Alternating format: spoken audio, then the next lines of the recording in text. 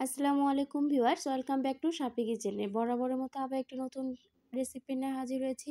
আজকে আমি করে দেখাবো রমজান স্পেশাল বেগুনি রেসিপি। এর জন্য আমি মোটা সাইজের এবং লম্বা দুটি বেগুন নিয়েছি। আপনারা চাইলে কিন্তু চিকন বেগুনটা ব্যবহার করতে পারেন। এরপর বেগুনগুলোকে আমি দুই সাইড থেকে কেটে লম্বা করে কেটে নিব। এছাড়াও গোল করে কিন্তু কেটে নেওয়া যাবে। আমি ঠিক এইভাবে এবং এরকম পাতলা করে এই বেগুনটাকে কেটে নিয়েছি। এর থেকে পাতলা করলে বেগুনিটা খেতে বেশি ভালো লাগবে না। এরপরেতে আমি পানি এবং লবণ দিয়ে বেগুনটাকে ভিজিয়ে রাখবো প্রায় 10 মিনিটের মতো। এতে বেগুনটা অনেকটা নরম হয়ে যাবে এবং বেগুনি বানানোর পর যে বেগুনটা পাংশাটে লাগবে, নুন দেওয়ার কারণে সেটা কিন্তু লাগবে না। এরপর শুকনো উপকরণগুলো মিক্স করে নিব।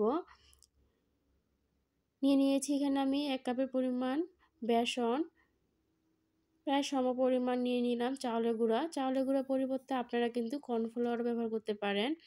এরপর এতে দিয়ে দিব 1/2 কাপেরও কম, মানে চাউলের গুঁড়ারও অর্ধেক হবে ময়দা। এখানে ময়দাটা অবশ্যই ব্যবহার করার চেষ্টা করবেন, এতে করে বেগুনিটা সবথেকে বেশি মুচমুচে হবে। আর চেলে নেওয়ার কারণে কিন্তু বেগুনিটা বেশি ফুলকো হবে। এরপর অ্যাড করে দিলাম আমি আদা বাটা, রসুন বাটা, পেঁয়াজ বাটা।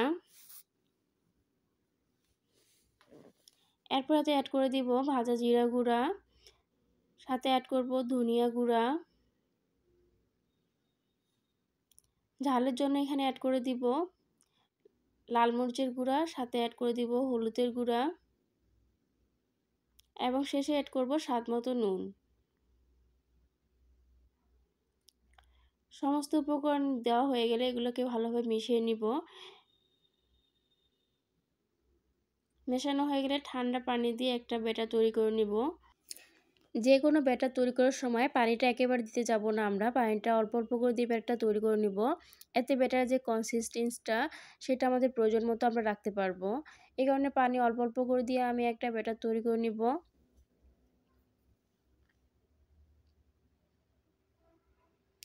আর ব্যাটারটাকে অবশ্যই খুব ভালোভাবে ফেটিয়ে নিতে হবে, এতে করে বেগুনিগুলো বেশি ফুলকো হবে। আর ব্যাটারটা যদি ভালো করে ফেটিয়ে না নেওয়া হয় তাহলে কিন্তু বেগুনগুলো বেশি ফুলকো হবে না। এক্ষেত্রে টিপসটু আপনাদের খেয়াল রাখতে হবে। অবশ্যই ব্যাটারটাকে সময় নিয়ে ফেটিয়ে নেবেন। আমি প্রায় 10 মিনিটের মতো সময় নিয়ে ব্যাটারটাকে ফেটিয়ে নিয়েছি। এবার এটাকে এভাবে রেখে দিব। এদিকে আমি বেগুনগুলো পানি থেকে তুলে নিয়েছি এবং এক্সট্রা যে পানি আছে বেগুনের সাথে সেটা একটি টিস্যু দিয়ে এভাবে মুছে নিব।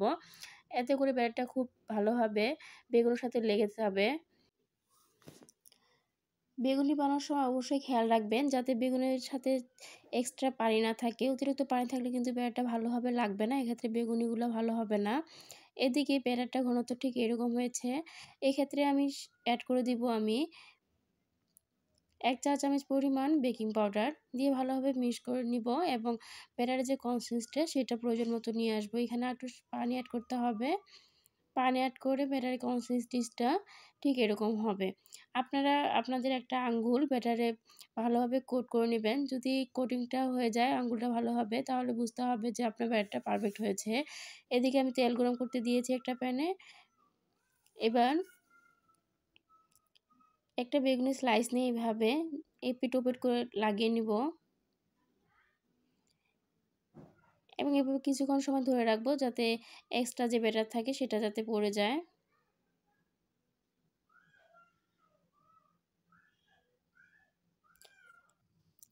প্রথমের দিকে কিন্তু তেলটা একটু ভালোভাবে গরম করে নিয়ে বেগুনিটা ছাড়তে হবে, তা না হলে কিন্তু ফুলতে চাইবে না। এবং মিডিয়াম লো আঁচে রেখে আমাদের বেগুনিগুলোকে ভেজে নিতে হবে। দেখতেই পাচ্ছেন বেগুনিটা কিন্তু অনেকটাই ফুলে উঠেছে।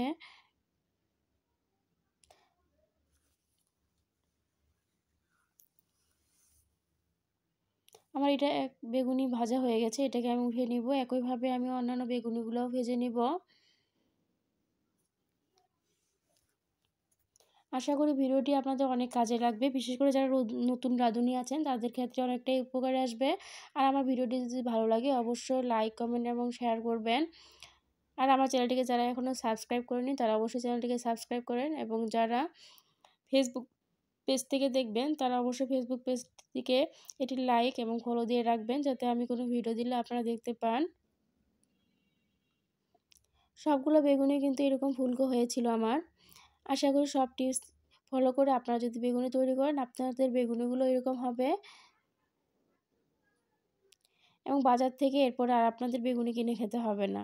পুরো রমজান মাসে এইভাবে বেগুনি বানিয়ে খুব সহজেই বাড়িতে ইফতারে টেবিলে রাখতে পারবেন আপনারাও।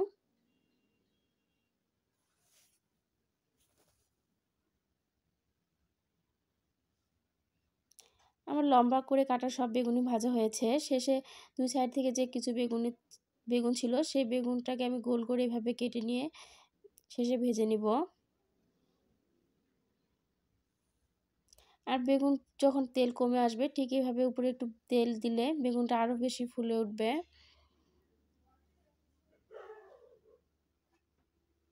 আমার বেগুনিগুলো ভাজা হয়ে গেছে। এবার বেগুনিগুলোকে আমি আপনাদের পরিবেশন করে দেখাচ্ছি। দেখতে পাচ্ছেন বেগুনিগুলো কতটা ফুলকো হয়েছে।